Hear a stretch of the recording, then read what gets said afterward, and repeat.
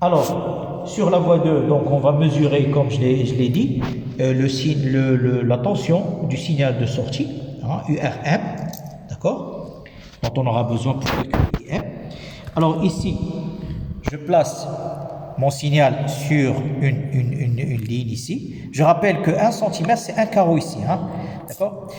Alors, je mesure la hauteur crête à crête, hein, c'est 1 cm, à peu près 2,9, que je dois diviser par 2, ça c'est YCC, pour avoir YM, je dois diviser par 2 pour avoir YM, et je multiplie par la sensibilité. Ici, la sensibilité, on n'a pas pris 2, comme ici, on a pris 1, d'accord? Donc, je vais multiplier par 1.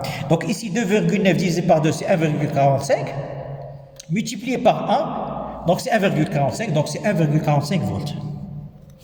D'accord? Maintenant, on va changer de fréquence. On va prendre une fréquence qui est égale à 800 Hz. Et on va regarder le signal de sortie. On va le mesurer. Donc, 1, 2, 3. On va mesurer YCC. 1, 2, 3. À peu près virgule 8. Donc, c'est 3,8. Alors 3,8 que je dois diviser par 2, d'accord, et multiplier par 1. Donc ici j'ai 3,8 divisé par 2. D'accord. Ensuite, je vais prendre une fréquence est égale à 1000 Hz. D'accord. Et je mesure URM. Donc j'ai 1, 2, 3, 4, à peu près, 4 cm. Donc c'est 4,4 que je dois diviser par 2. Donc c'est 2,2 et je multiplie par 1, c'est 2,2. D'accord? 2,2. Alors maintenant on va vous donner des comptes rendus, on va les placer sur la plateforme où il y a des valeurs que vous devez exploiter pour tirer IM. Ensuite, en déduire Z expérimental et la comparer avec Z calculé. D'accord? Donc maintenant, ça c'est la première étape.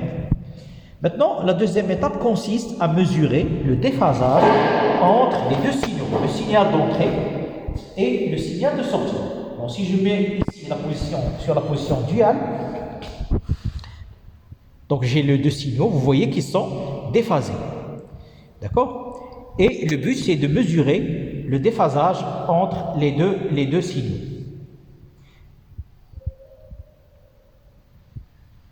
Très bien. Alors, pour cela, nous avons deux méthodes. Alors, la première méthode, c'est la méthode en double trace. Alors, la méthode en double trace, il consiste en quoi? J'ai les deux signaux qui sont superposés et l'angle de déphasage égale à 2pi delta n sur n. Alors delta n c'est quoi? C'est l'écart entre les deux signaux, c'est la distance qui sépare les deux signaux ici. Et n c'est quoi? C'est juste la période. Donc n c'est la période. Donc c'est 2pi, le déphasage phi est égal à 2pi delta n sur n est égal à delta de t, donc sur t, d'accord? Puisque t c'est égal à n. Alors, ici, pour mesurer, lorsque je mesure ces distances-là, je mesure en termes de centimètres. Mais que pour convertir, j'ai ici sur l'axe des x, normalement, j'ai le temps.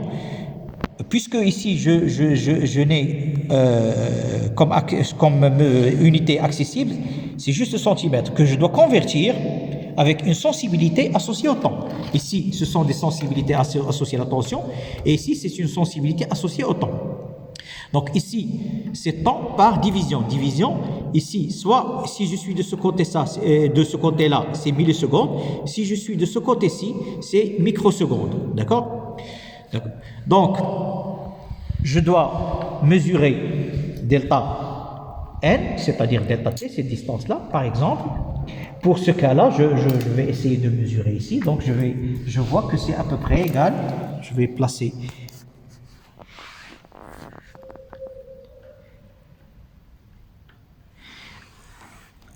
Alors, donc j'ai ici à peu près نشوف.